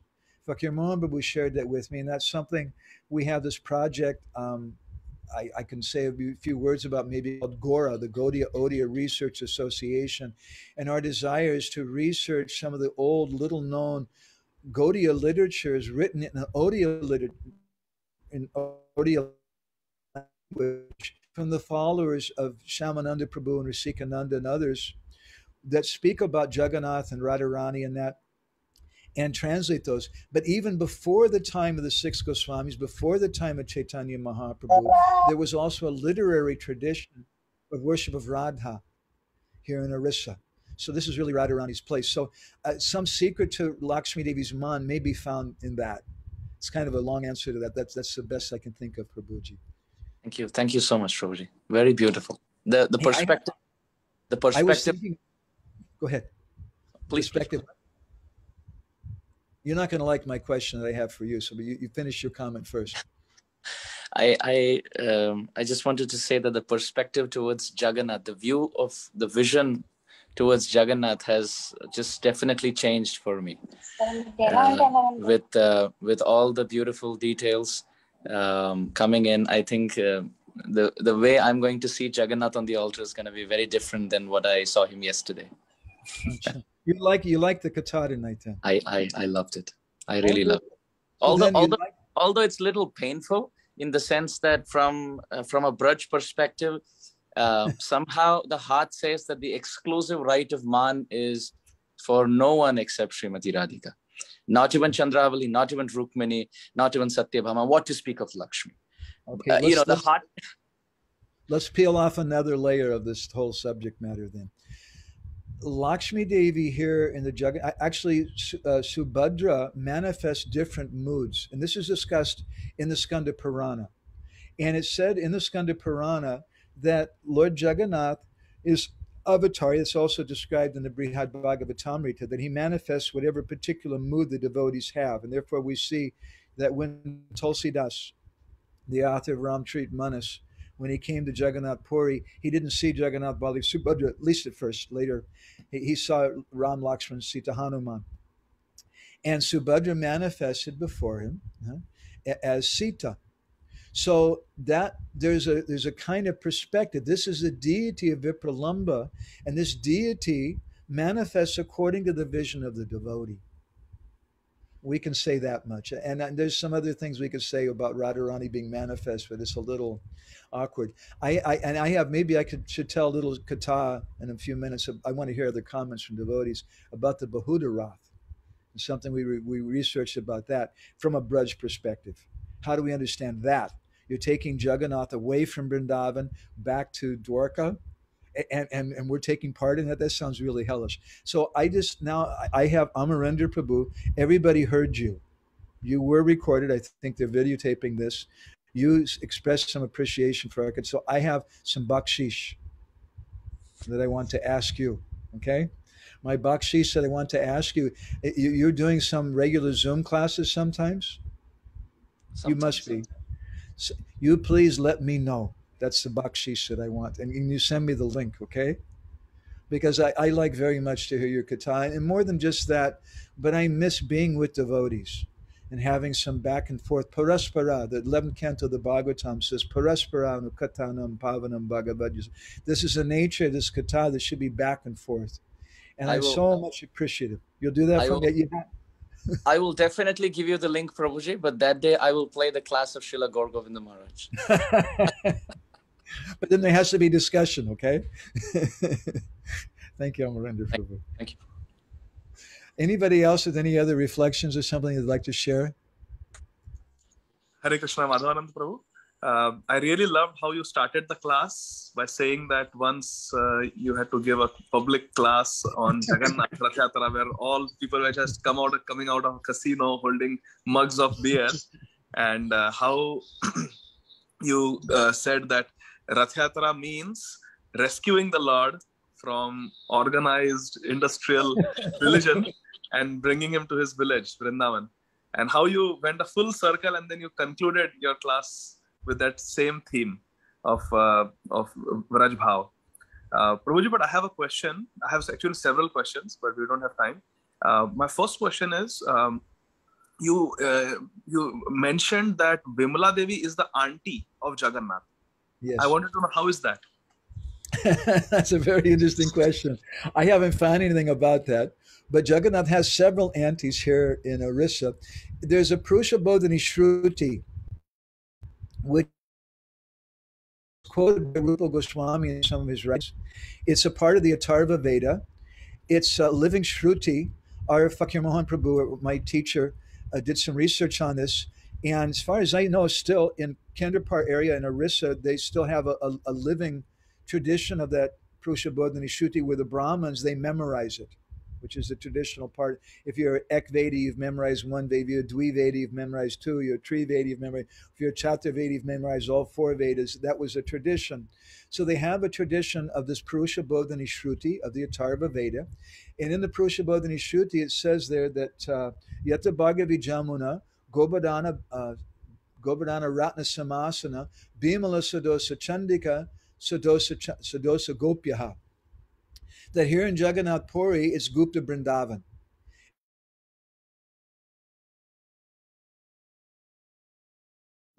Vrindavan. In the same way, the Bhargavi River goes around Jagannath Puri, and it's non-different from the Jamuna. And there's other pramanas to support that, very interesting pramanas. It's another topic, it's a big subject. Govardhana Ratna Samasana, the Ratna Singhasan of Lord Jagannath, which they say is made out of 1 million shalagram shilas, is non-different from Govardhan Hill. And Chatak Parvat, we also say, is non-different from Govardhan. So, okay, our Brijbasi friends like Amarendra Prabhu, you'll say, that's nice. We've got the Jamuna River, we've got Govardhan Hill, but so what? We don't want to go there if there's no gopis. Prabhupada once told the editors of Back to Godhead magazine, they asked him, they said, Prabhupada, should we print things in Back to Godhead about the pastimes of Radha and Krishna? And Prabhupada said, no. And then Prabhupada said, but don't boycott the gopis. I think we're going to print this in our next Bindu magazine coming up. Don't boycott. We want gopis. So Amarendra Prabhu, I no doubt he wants gopis. So Bhimala Sadosa Chandika Sadosa Gopyaha. The Purusha Bodhini Shruti says that the 16 gopis of Braj, now wait a minute, who are the 16 gopis of Braj? The Astasakis and the Astamanjaris, which according to Dhyan Chandra Goswami in his Gorgovinda Smarana Archana Padati, he's a disciple of Gopal Guru Goswami. Dhyan Chandra Goswami describes there that Krishna has 16 Shaktis when he's Purnatama in Braj. He has 15 Shaktis when he's Purnatara, more complete, in Mathura. And he has 14 Shaktis when he's Purna in Dwarka.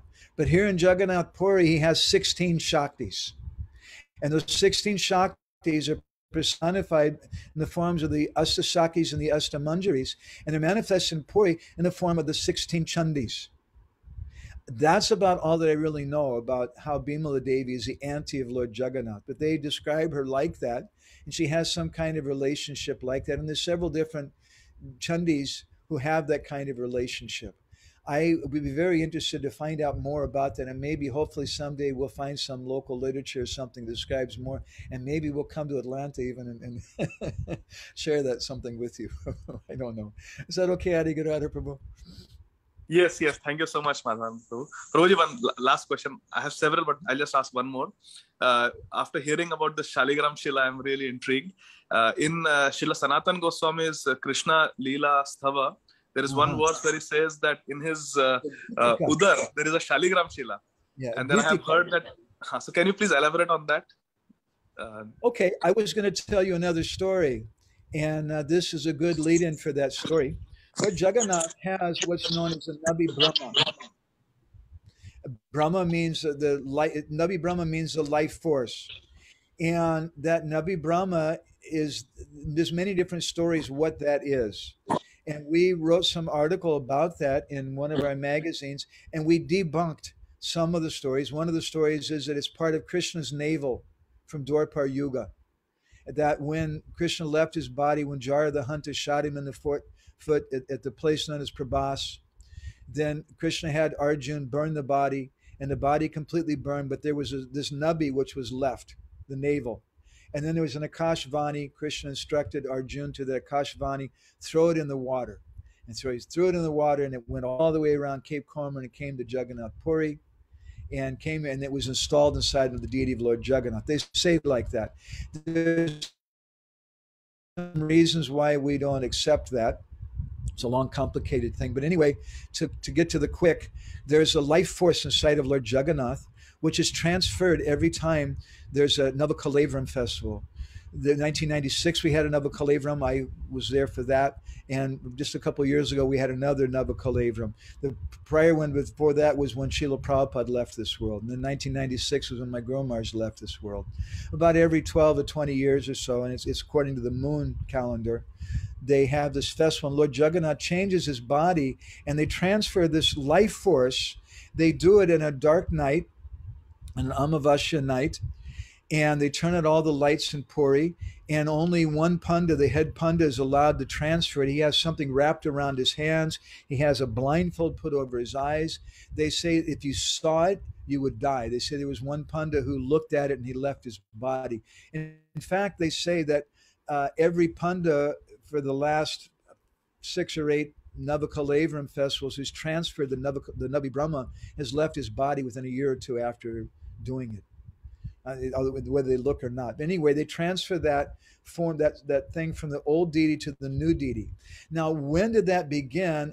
It's not exactly sure. And we spoke something about the Islamic rule in Jagannath Puri, and how from 1691 to 1703, Jagannath's worship was stopped by Aurangzeb.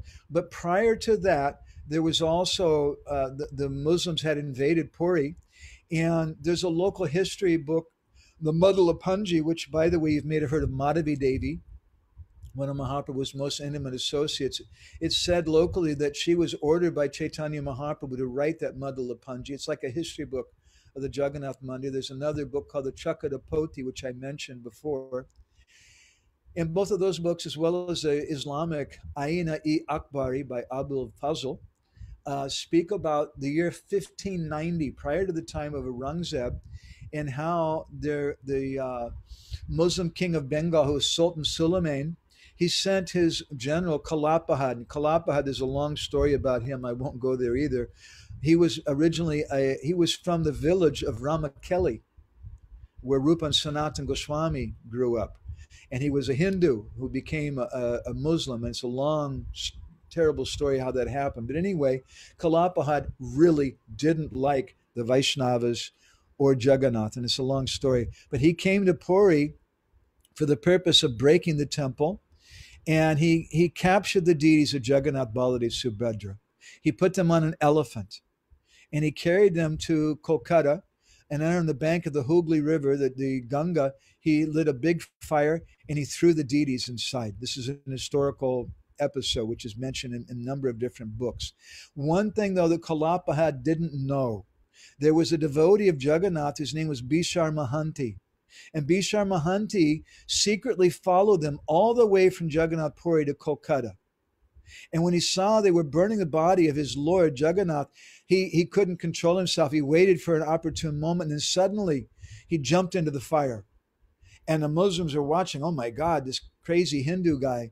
And there's this big, huge fire. Lord Jagannath, One of the Pandits once brought me on the chariot to embrace Lord Jagannath. He actually shoved me into the deity of Jagannath. That's another story. Jagannath's like 7.5, 8 feet high. He's huge. It must have been a very big fire. And then all of a sudden, this crazy guy just jumps into the fire. And the fire was burning for many hours. And by the end of the day, the Muslims, they'd all left.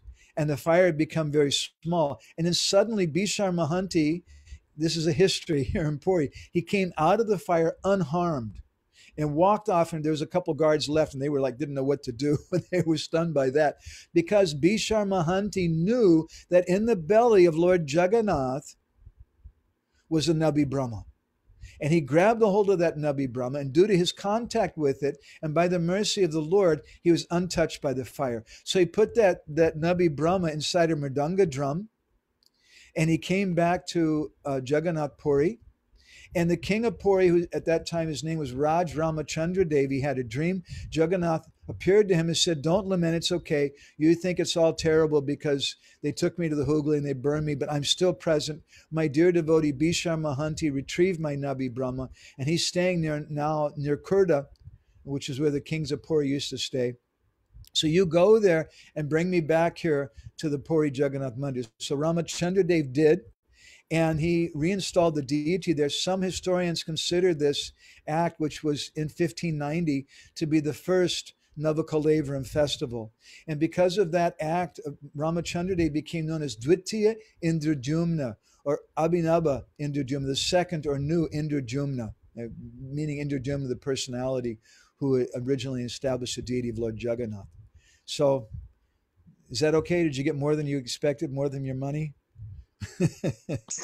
Yes, that was very disturbing and painful story, but yes, thank you. I didn't know this historical story. Yeah, this is the nature of the Lord. Sometimes it's said in Brihad Bhagavatamrita that in this suffering there's also the greatest ecstasy.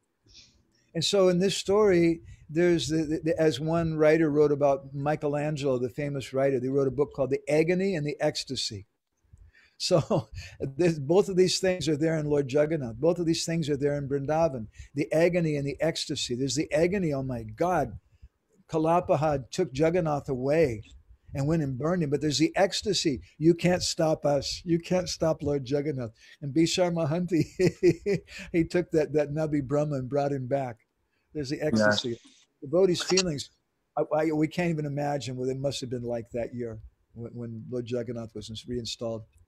Yes, and it's amazing you said that he's called the second King Indradyumna. That is so sweet. And Sanatan Goswami wrote, way before this episode. So that means even Sanatan Goswami knew about the Navi Brahman and the Shaligram Kila that's inside of Jagannath. And it's, I don't want to get in, it's a long thing, but I have some very good evidence what that Nabi Brahma is. That the Nabi Brahma is what they call a living shalagram. What is a living shalagram? Shalagram is a stone, and we know that Lord Vishnu was cursed to become a stone, and the demigods were cursed to become the worms, which eat that stone, and they make these different markings, and according to the markings, the stone is a particular manifestation of the Lord. So it's called a living shalagram when those insects are still alive. And they say that Nabi Brahma is a living shalagram, which was given by the king of Nepal. And the evidence that I have for that, I don't have right handy with me, but there's prayers. The king of Nepal, he doesn't come very often to the Jagannath Mandir. If he comes, there's more protocol, there's more ceremonies and rituals they have to do to receive him than the king of Puri.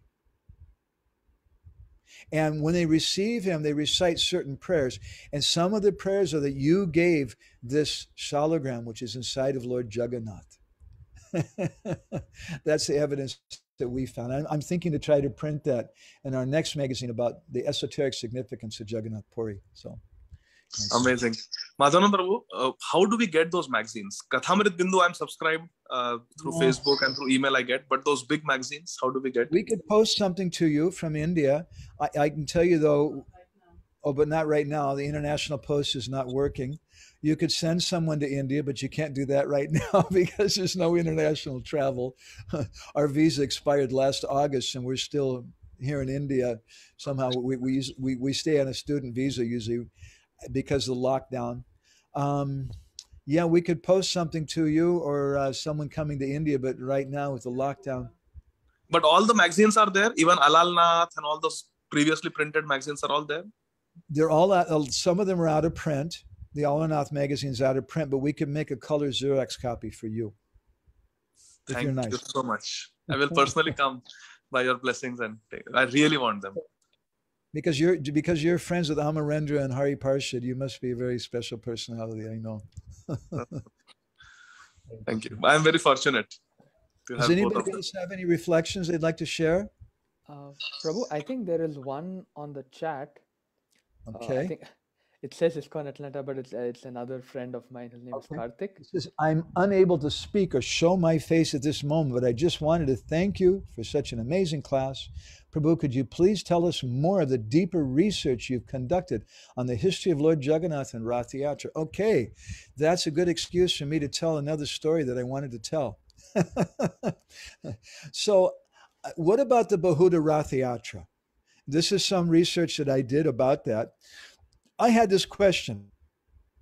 Okay, what is this return Ratha Yatra? How do we understand that? That certainly doesn't sound very nice. That we're taking Lord Jagannath away from Sundarachal and taking him back to the Sri Mandir. And this festival, I had these questions. Did Chaitanya Mahaprabhu take part in this return Ratha Yatra? And if he did, how did he participate in it? So, first of all, let's briefly examine. I gave a class recently for the devotees in New Jersey about Ratha Yatra from the perspective mostly from a little known literature called Vrindavan Lilamrita by Nanda Kishore Goswami, who's in the line of Vishwanath Chakravarti Thakur, and primarily from Jiva Goswami's Gopal Champu, about the meeting in Kurukshetra. So let's, without going into the history and story about the meeting in Kurukshetra, let's examine it through a lens, okay? I have a lens here in my drawer, right? This is a magnifying glass.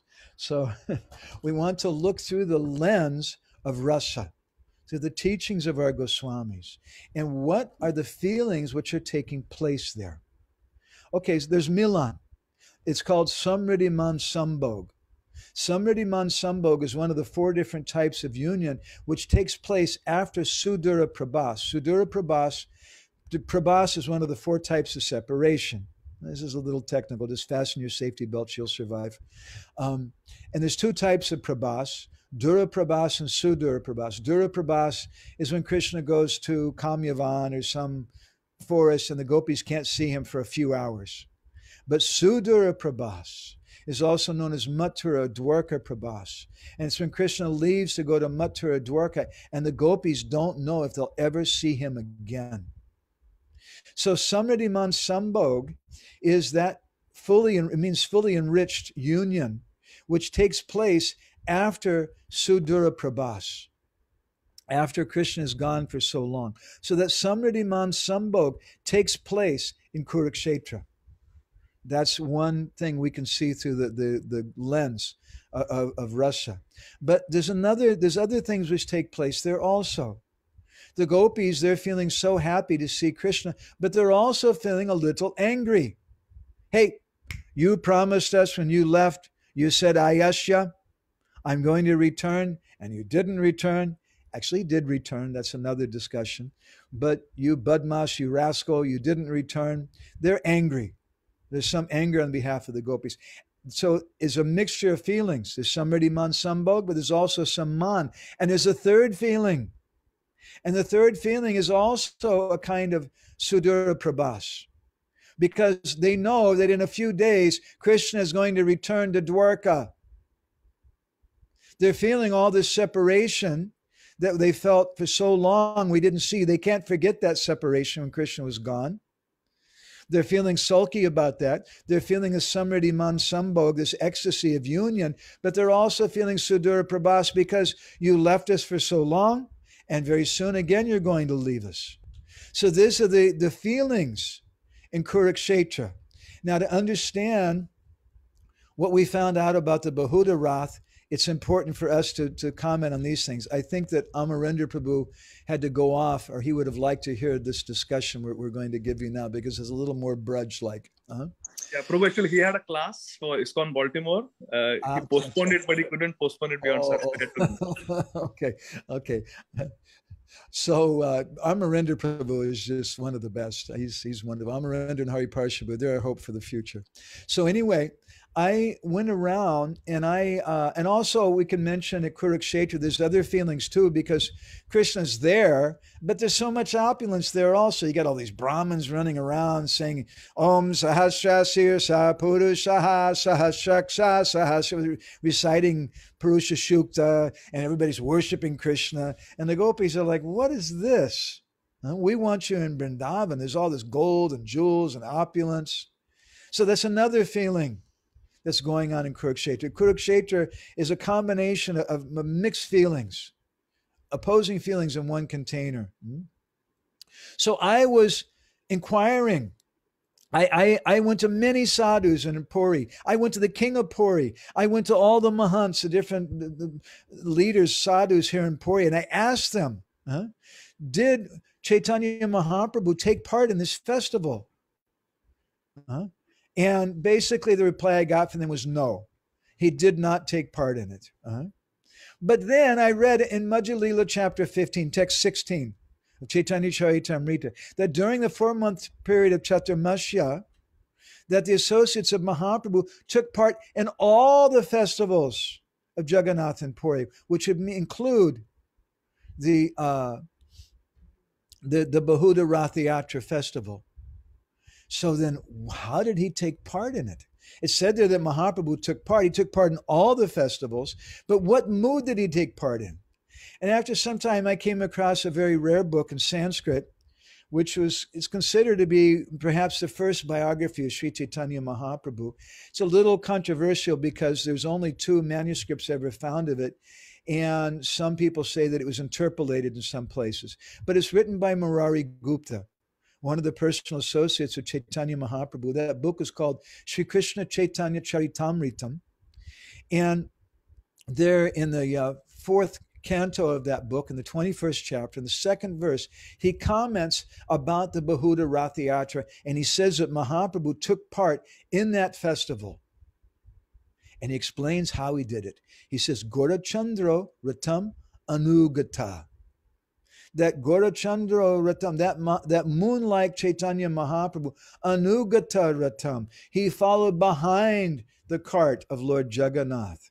Just like the Gopikas in Vrindavan, when Akrura was taking Krishna away from Vrindavan, the Gopis, they took part in that chariot festival also. It wasn't a festival for them, it was a festival for the residents of Mathura.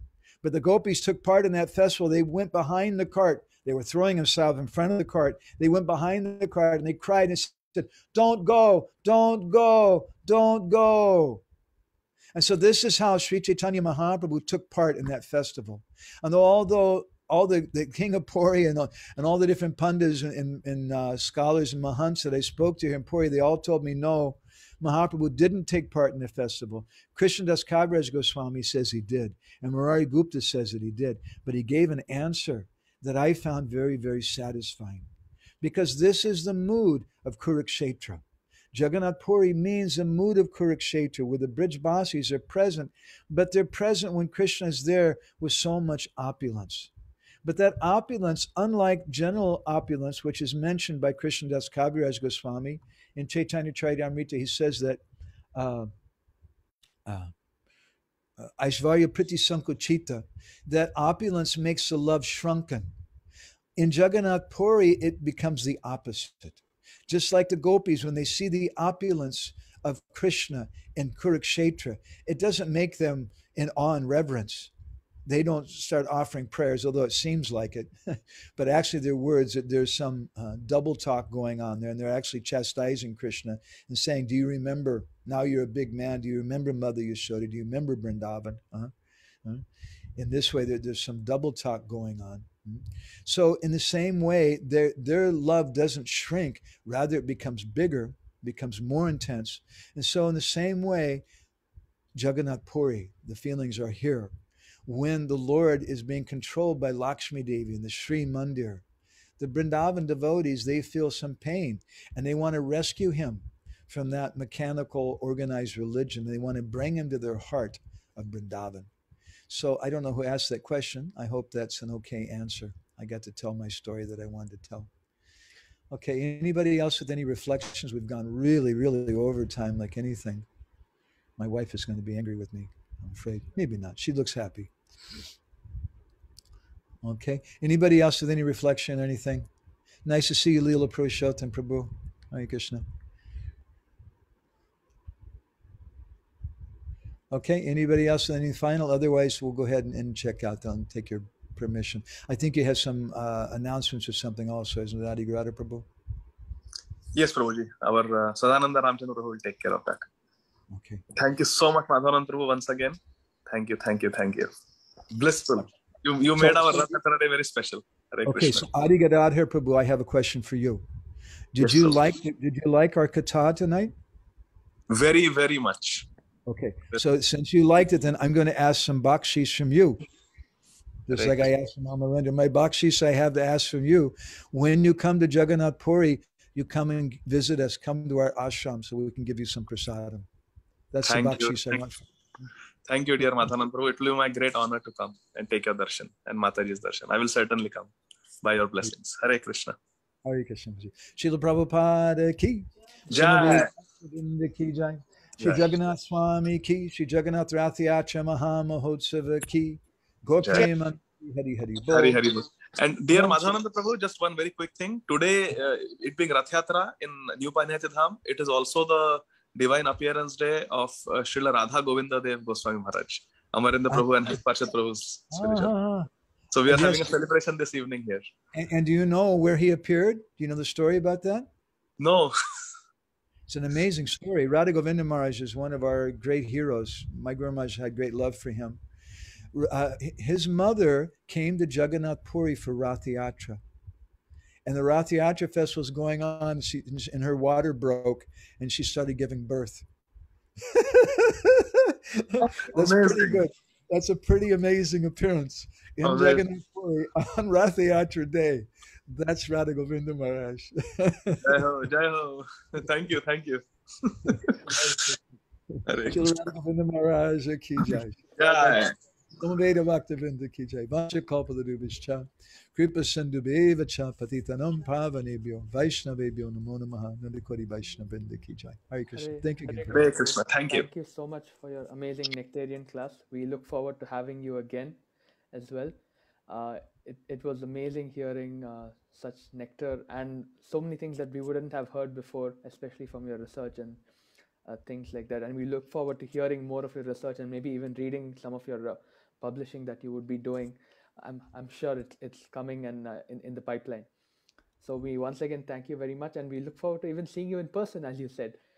It would be nice to have you in person and hear from you as well. Well, you know, I was a Sankirtan devotee in Alachua, Florida, and we used to sometimes come with some of the devotees for the festivals in Atlanta and things, which I still think goes on to this day. Yeah, they do come in for festivals and things like that. So, as I said, Prabhu, it would be amazing to have your presence in person, and we look forward to it very much. And I want to thank all of you very much for preserving that very, very important place, Srila Prabhupada's Gaurani Thai, and such a wonderful story, how Prabhupada established those deities and cried. And it's very close to our heart. He's only there for a few hours, but we always think of Srila Prabhupada. And I know all of you remember Prabhupada there. The last time I was there, you still on the walls in the temple, you have all the photos of Prabhupada? Yes, we do. Yeah, such a special thing.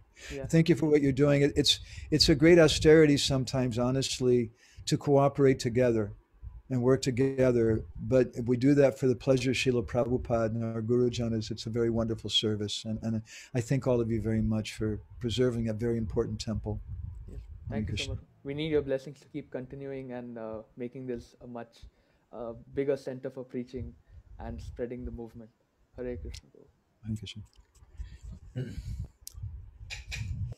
So now we will quickly move on to our announcements for the day. We also thank Adigadada Prabhu for arranging the session with Madhavananda Prabhu. Wouldn't have been possible if he hadn't gotten in touch with him. So let me just quickly move on to the announcements and we will close out.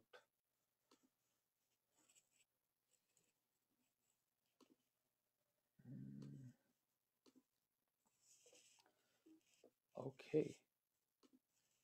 So starting next week, we will be covering different leelas and glories of Sri Krishna and Balram as we lead up to Sri Krishna Janmashtami.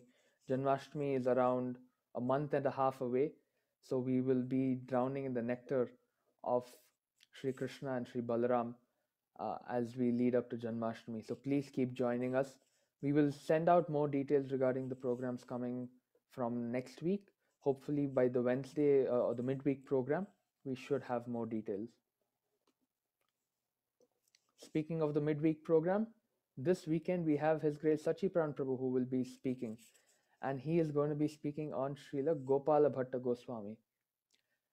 As all of you know, the midweek program happens on Wednesday at 7 p.m. So please join us on July 14th, this Wednesday at 7 p.m. to hear about the glories of Srila Gopala Bhatta Goswami.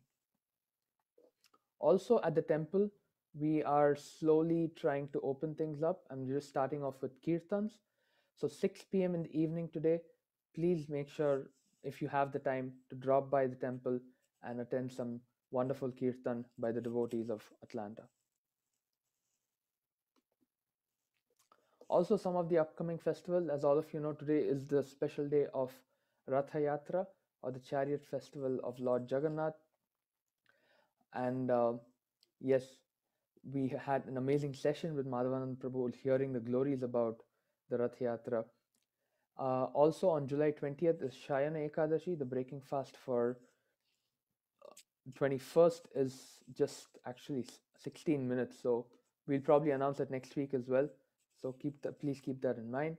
Also, we have a whole bunch of disappearance days. As we mentioned, we're doing the 6 Goswamis series on the midweek program. We have Srila Sanatan Goswami's disappearance day on the 23rd.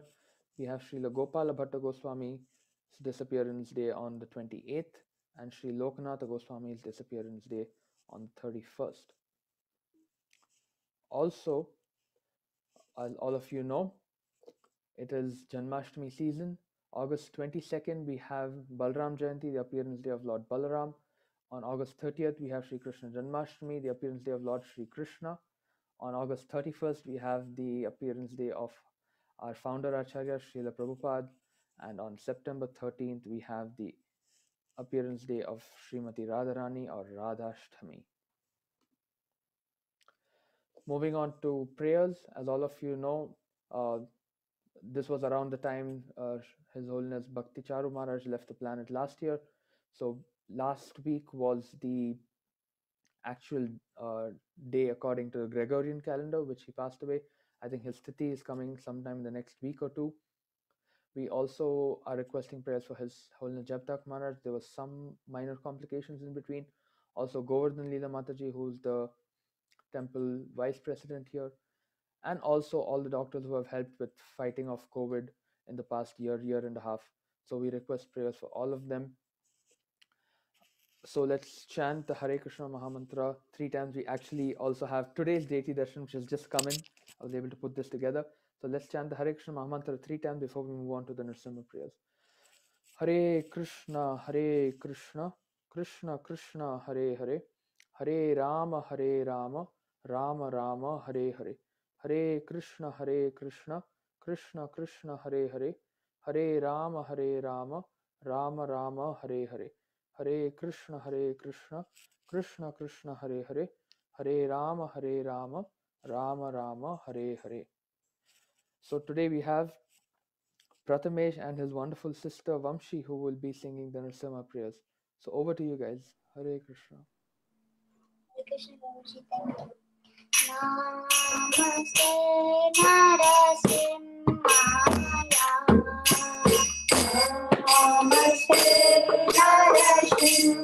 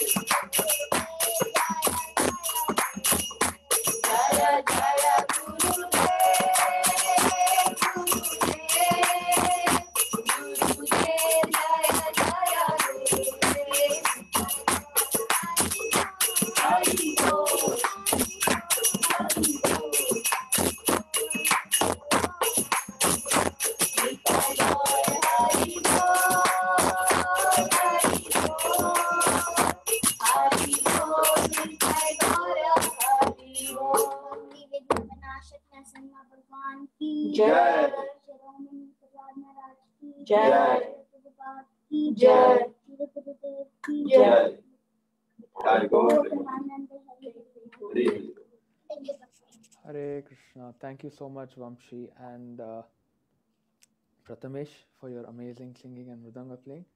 We look forward to having you all soon. And thank you all for joining and see you all next week. Hare Krishna. Hare Krishna.